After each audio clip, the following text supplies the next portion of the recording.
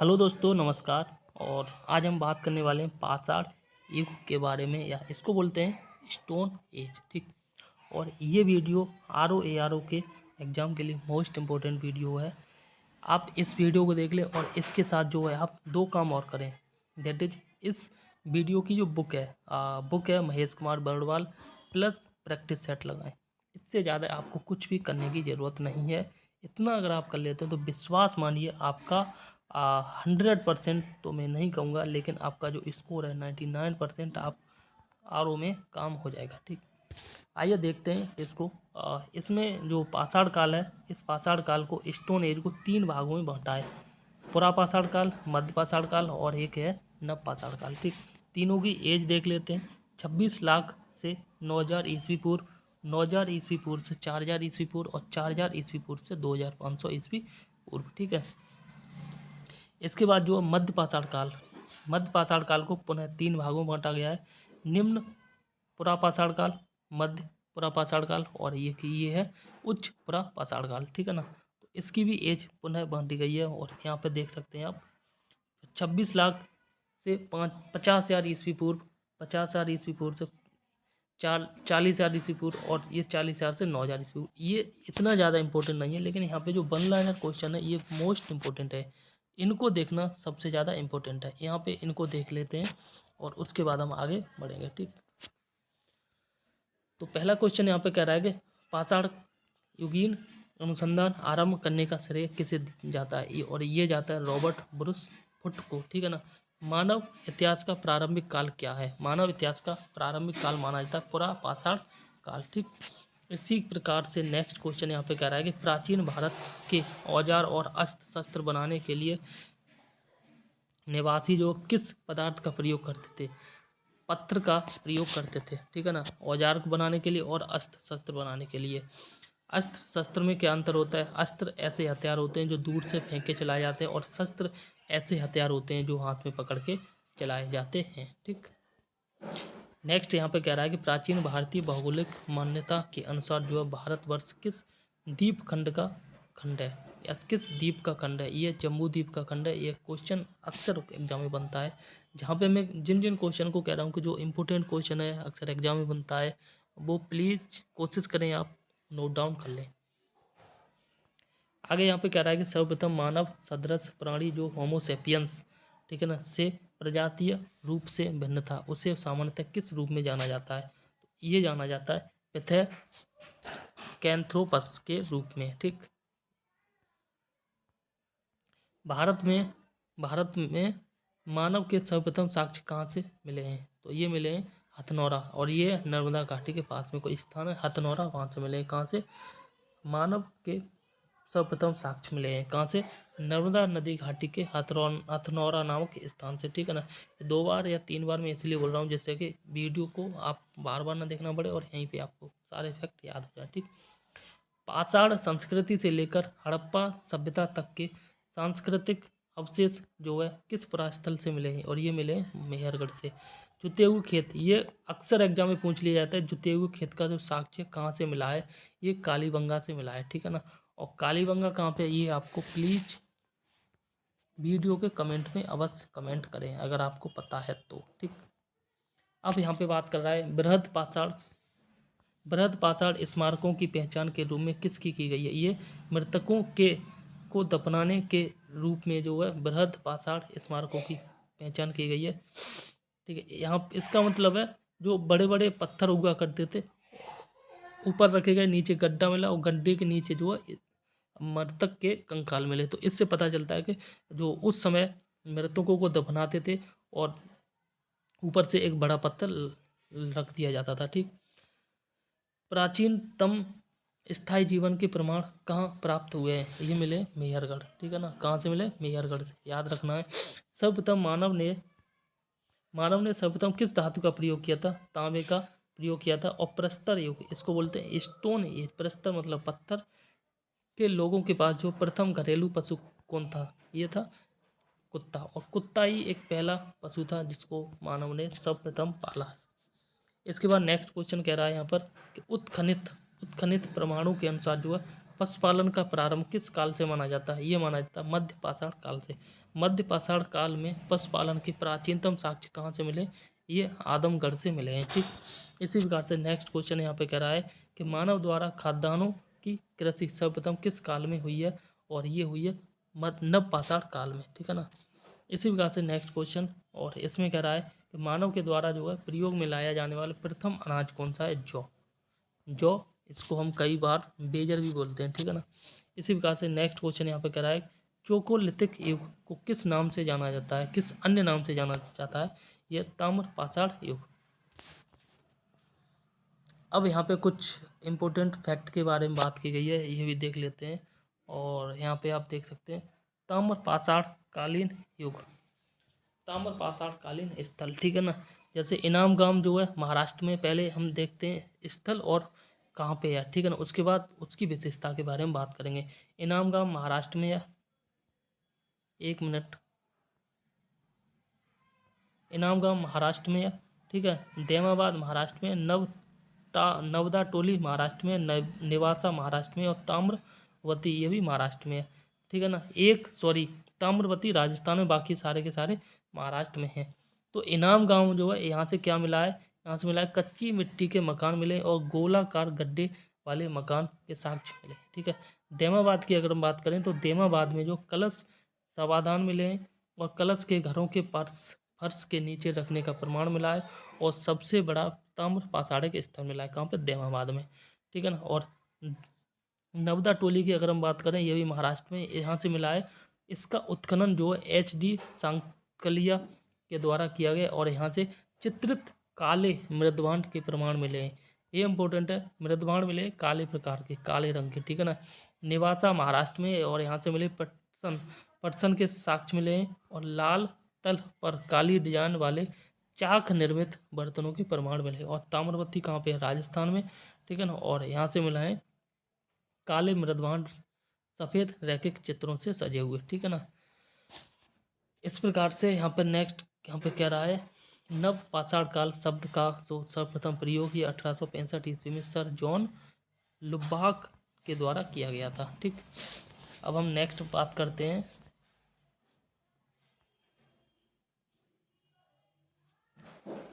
और यहाँ पे कह रहा है कि भारतीय पुरातत्व सर्वेक्षण के प्रथम महानिदेशक थे, और ये थे जॉन मार्शल। ठीक है।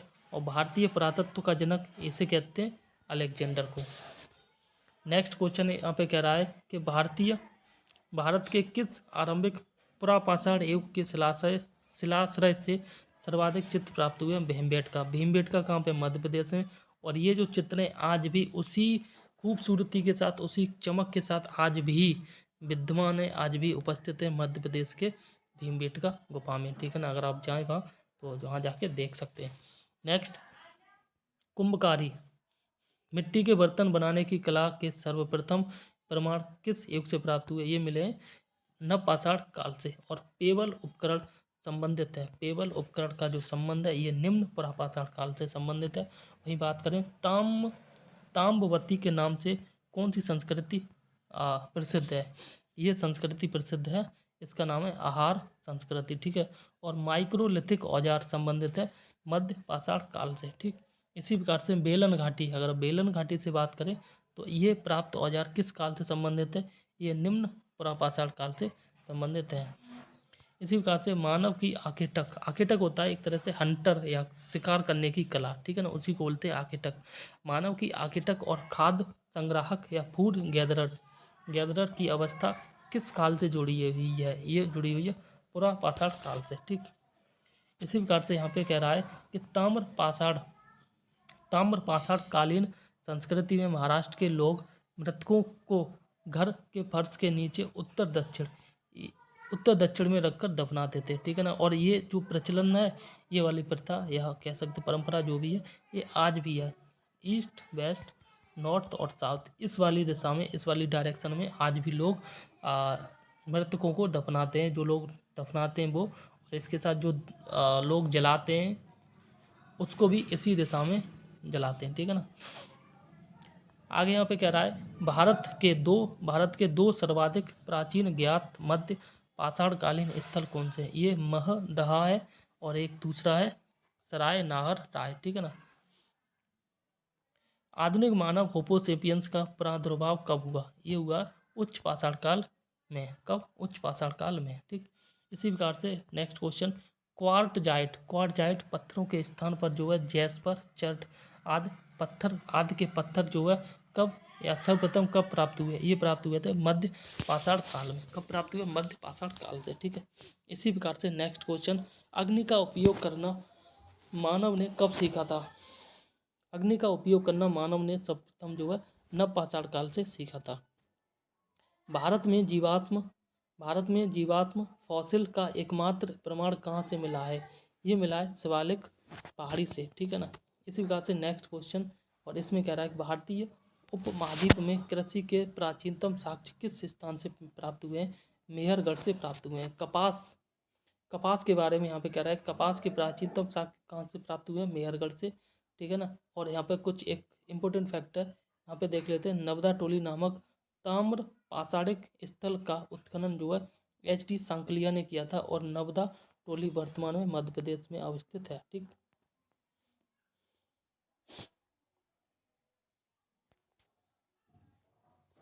अब यहाँ पे बात करते हैं नेक्स्ट फैक्ट के बारे में। यहाँ कह रहा है कि हड्डी निर्मित उपकरण, मतलब हड्डी के द्वारा कोई हथियार या उपकरण बनाया गया, उसके बारे में कहा गया कि भारतीय पुरातत्व स्थल से प्राप्त हुए हैं। किस भारतीय पुरातत्व स्थल से प्राप्त हुए? हड्डी द्वारा निर्मित हथियार, ठीक, या कोई उपकरण, ये मिले सराय नाहर राय से।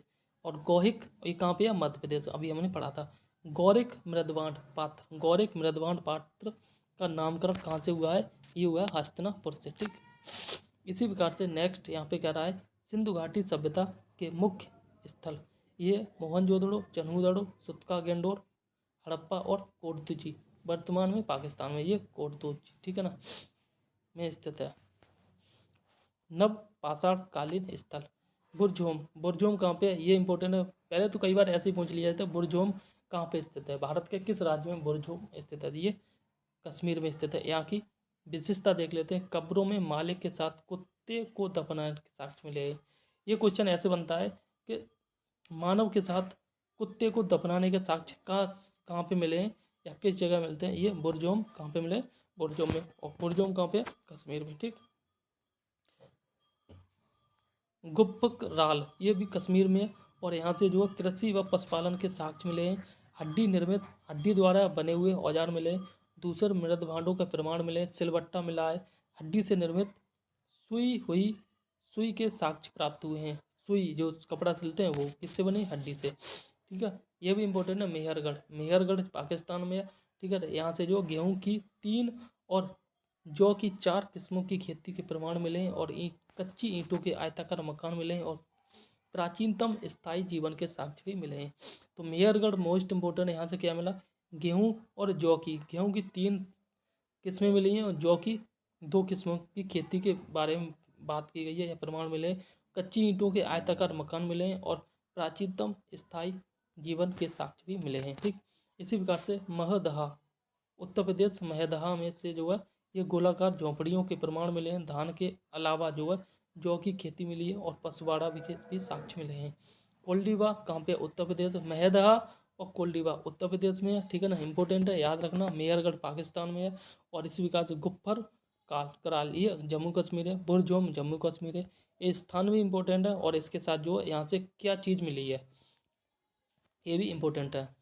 कोल्डीबा के बारे में बात कर लेते हैं, 1 मिनट। यहाँ महदहा ये उत्तर प्रदेश में है। ठीक है ना, महदहा। तो यहाँ से देखते हैं यहाँ पे क्या मिला। यहाँ से मिला है गोलाकार झोपड़ियों के प्रमाण मिले हैं, धान के अलावा जो जौ की खेती के प्रमाण मिले, और पसवाड़ा के भी साक्ष्य मिले हैं। कोल्डीबा से मिला है धान की खेती के प्रमाण प्राप्त हुए हैं, और धान की खेती का भारत में ही नहीं बल्कि विश्व में सबसे प्राचीनतम साक्ष्य माना जाता है। संगनकल्लू ये कर्नाटक में, संगनकल्लू कर्नाटक में, यहाँ से राख के टीले प्राप्त हुए हैं, और जो बेल्लारी जिले में अवस्थित है। कर्नाटक के बेल्लारी जिले में अवस्थित है संगनकल्लू। ठीक है, यहाँ से राख के टीले प्राप्त हुए हैं। पिक्कली हल कर्नाटक में। ठीक है ना, यहाँ से रेख के ढेर मिले हैं, और यहाँ पर रेख के टीले मिले हैं, और यहाँ पे जो है वह निवास स्थल के साक्ष्य प्राप्त हुए हैं। और चुपानी मांडो ये उत्तर प्रदेश में, यहाँ से मिले हैं। मधुमक्खी के छत्ते जैसी झोंपड़ियों मिले हैं। ज्यामितीय आकार के सूक्ष्म पाषाण व हस्त निर्मित मृदभांड के साक्ष्य प्राप्त हुए हैं। और इसी प्रकार से अगर नेक्स्ट बात करें तो नेक्स्ट में यहाँ पे कह रहा है सारू तारू, क्या सारू तारू असम में है, यहाँ से गुवाहाटी के समीप उत्खनन से आदिम कुल्हाड़ियाँ व चित्रित मृदभांड प्राप्त हुए हैं। और चिरांद बिहार में है, यहाँ से मिले हड्डी के उपकरण प्राप्त हुए हैं और जो प्राय हिरणों के सींगों से निर्मित होते थे। और दावोजली असम में है, यहाँ पे कृषि व पशुपालन के साक्ष्य प्राप्त हुए हैं। ठीक है ना। तो अब नेक्स्ट हम बात करते हैं हड़प्पा सभ्यता के बारे में, यह भी इम्पोर्टेंट है। और यहाँ पे पहला क्वेश्चन कह रहा है कि हड़प्पा सभ्यता का सर्वाधिक मान्यता स्थल काल कब है। ठीक है ना।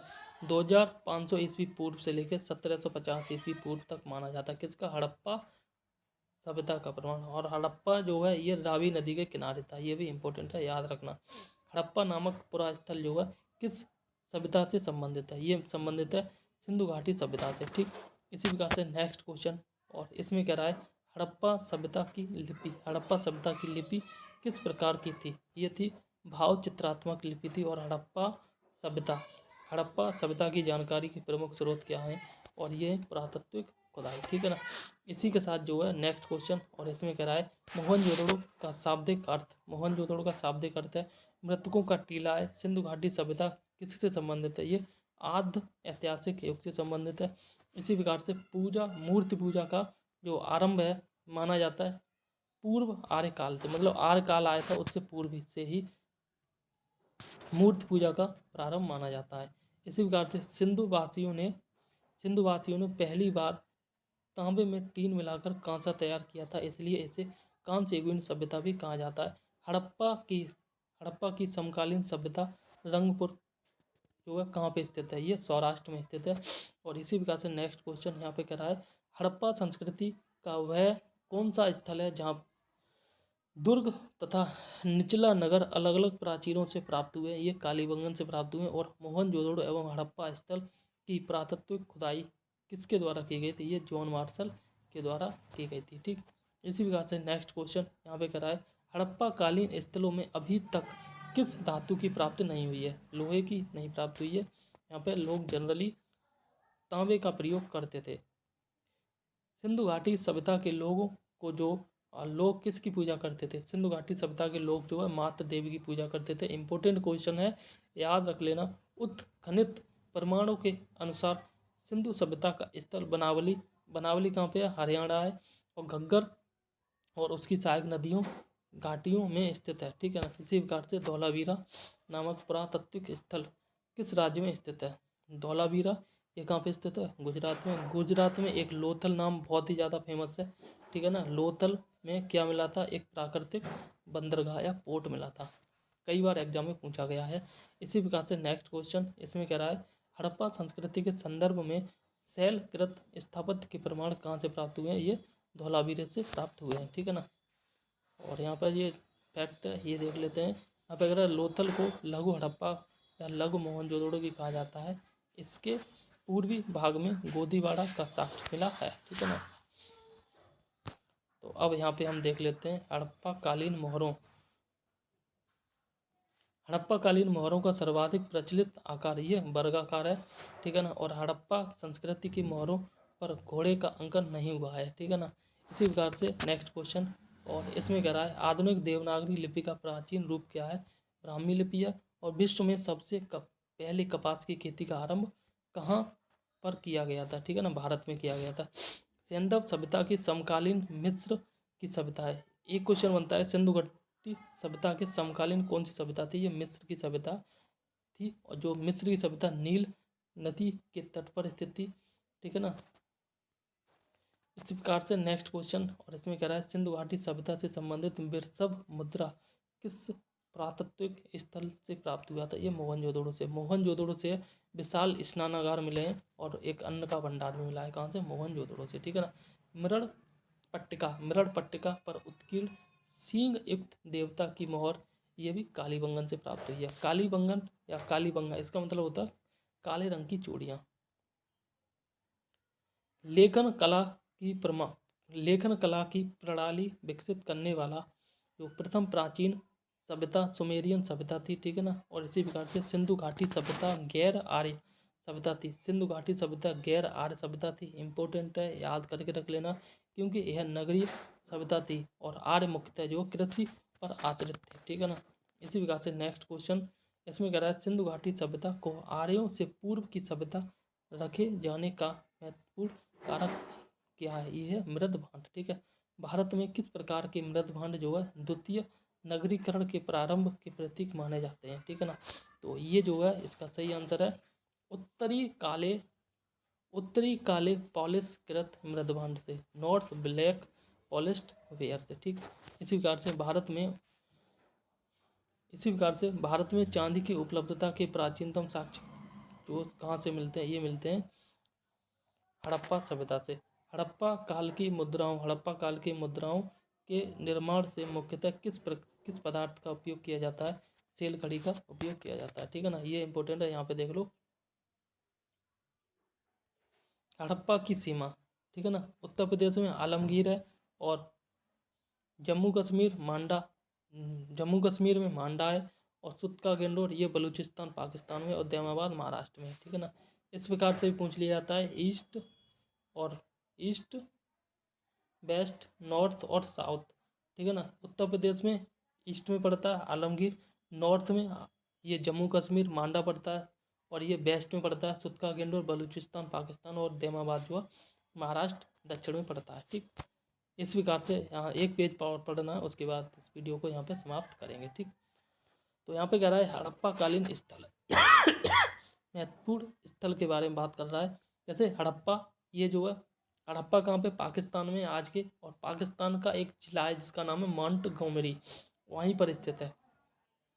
इसके खुदाई करता थे, उत्खनन करता थे जिनका नाम है दयाराम साहनी पढ़ लो, इतना काफ़ी है, यही इंपॉर्टेंट है। और ये 1921 में खुदाई हुई थी। हड़प्पा जो सभ्यता है रावी नदी के तट पर स्थित है और इसमें मिले थे प्राप्त साक्ष्य थे, अन्न भंडार मिले थे, इसके साथ कांसे से निर्मित खिलौने थे, गाड़ियाँ थी, पारदर्शी वस्त्र पहने हुए एक मूर्ति थी और इसके साथ जो है एक गरुड़ चित्रित मुद्रा थी, मछुआरे का चित्र था और शंख का बैल था और ये कांस्य दर्पण था, ठीक है ना। इसी प्रकार से नेक्स्ट फैक्ट के बारे में अगर हम बात करें तो यहाँ पे बात कर रहा है मोहनजोदड़ो के बारे में। किसके बारे में? मोहनजोदड़ो के बारे में। मोहनजोदड़ो जो है ये भी पाकिस्तान में, हड़प्पा और मोहनजोदड़ो दोनों के दोनों पाकिस्तान में। हड़प्पा मोंटगोमरी जिला में स्थित है पाकिस्तान में और मोहनजोदड़ो पाकिस्तान के लड़काना जिले में स्थित है। दोनों इंपॉर्टेंट है, याद रखना। हड़प्पा रावी नदी के तट पर स्थित है, ठीक है ना। मैं दोबारा इसीलिए बोल रहा हूँ जैसे कि आप यहीं पर सारा का सारा याद कर लो। और दयाराम साहनी ने खोज की थी। हड़प्पा की पहले खोज हुई थी, इसलिए हड़प्पा मोहनजोदड़ो बोलते हैं, ठीक है ना। और मोहनजोदड़ो की खोज बाद में हुई थी 1922 में राखल दास बनर्जी और मार्टी बिगलर ने द्वारा, ठीक है। और मोहनजोदड़ो सिंधु घाटी सभ्यता के किनारे स्थित है। मोहनजोदड़ो की अगर हम बात करें तो यहाँ से विशाल स्नानगार मिले, मतलब जैसे आज की डेट में स्विमिंग पूल होते हैं ना, वही मिले हैं, ठीक है ना। पुरोहितों के आवास मिले, महाविद्यालय मिले, 16 मकानों का बैरक मिला है, कांस्य निर्मित नग्न महिला मिली है, कांस्य के बनी हुई एक मूर्ति मिली है, जो मूर्ति महिला की है वो महिला नग्न है, ठीक है। दाढ़ी वाले पुजारी की मूर्ति मिली है, चमकते हुए बंदर का चित्र मिला है और श्रृंगी पशुओं वाली मुद्राएं प्राप्त हुई हैं, ठीक।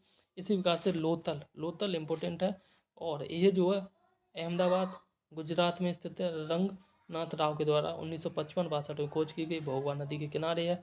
लोथल एक प्राकृतिक बंदरगाह भी उस समय का, ठीक है ना। यहाँ पे जो है गोदीवाड़ा मिला है और वृत्ताकार तथा चौकोर अग्नित वेदिका मिली है।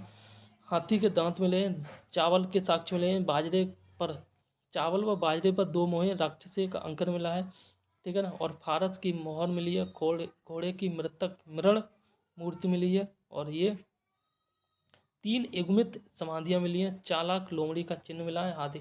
और एक चन्हूदड़ो, ये पाकिस्तान में स्थित है, सिंधु घाटी के किनारे है, ठीक है ना, सिंधु प्रांत में स्थित है और इसकी खोज की थी अर्नेस्ट मैके ने और वह एनजी मजूमदार ने, ठीक। 1931 में खोज की, ये सिंधु नदी के किनारे है। मोहनजोदड़ो और चन्हूदड़ो दोनों सिंधु नदी के किनारे, लोथल भहुआ नदी किनारे है और जो हड़प्पा है वो रावी नदी किनारे है, ठीक है ना।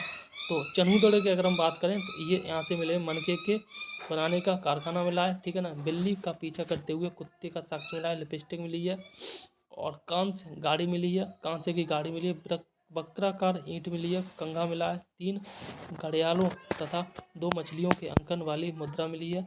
3 घड़ियाल और 2 मछलियों के अंकन वाली मुद्रा मिली है। काजल मिला है, पाउडर मिला, मतलब मेकअप का सामान मिला है, ठीक है ना, और अन्य चीज़ें मिली है। कालीबंगा, अगर कालीबंगा की बात करें, ये राजस्थान में है, हनुमानगढ़ जिले में है, ठीक है ना। इसका मतलब होता है काले रंग की चूड़ियाँ, और इनकी खोज की थी 1953 से 60 के बीच में, और इनकी खोज की थी अमलानंद घोष ने, ब्रजवासी लाल ने और पीके थापा ने। ऊपर के जितने थे उन्हीं के खोजकर्ता के बारे में जनरली पूछा जाता है। ये हक्कर नदी के किनारे है। जुते हुए खेत के प्रमाण मिले हैं, भूकंप के साक्ष्य मिले, अग्नि भवन मिले, कुंड मिले, अलंकृत ईंटें मिली, चूड़ियाँ मिली, संभवतः एक साथ फसल बोने के साक्ष्य मिले और लकड़ी की नाली मिली। अब बात करते हैं राखीगढ़ी। राखीगढ़ी हरियाणा में हिसार में है। सूरजभान ने खोज की थी 1969 में, और घग्गर नदी के किनारे है, और यहाँ से जो है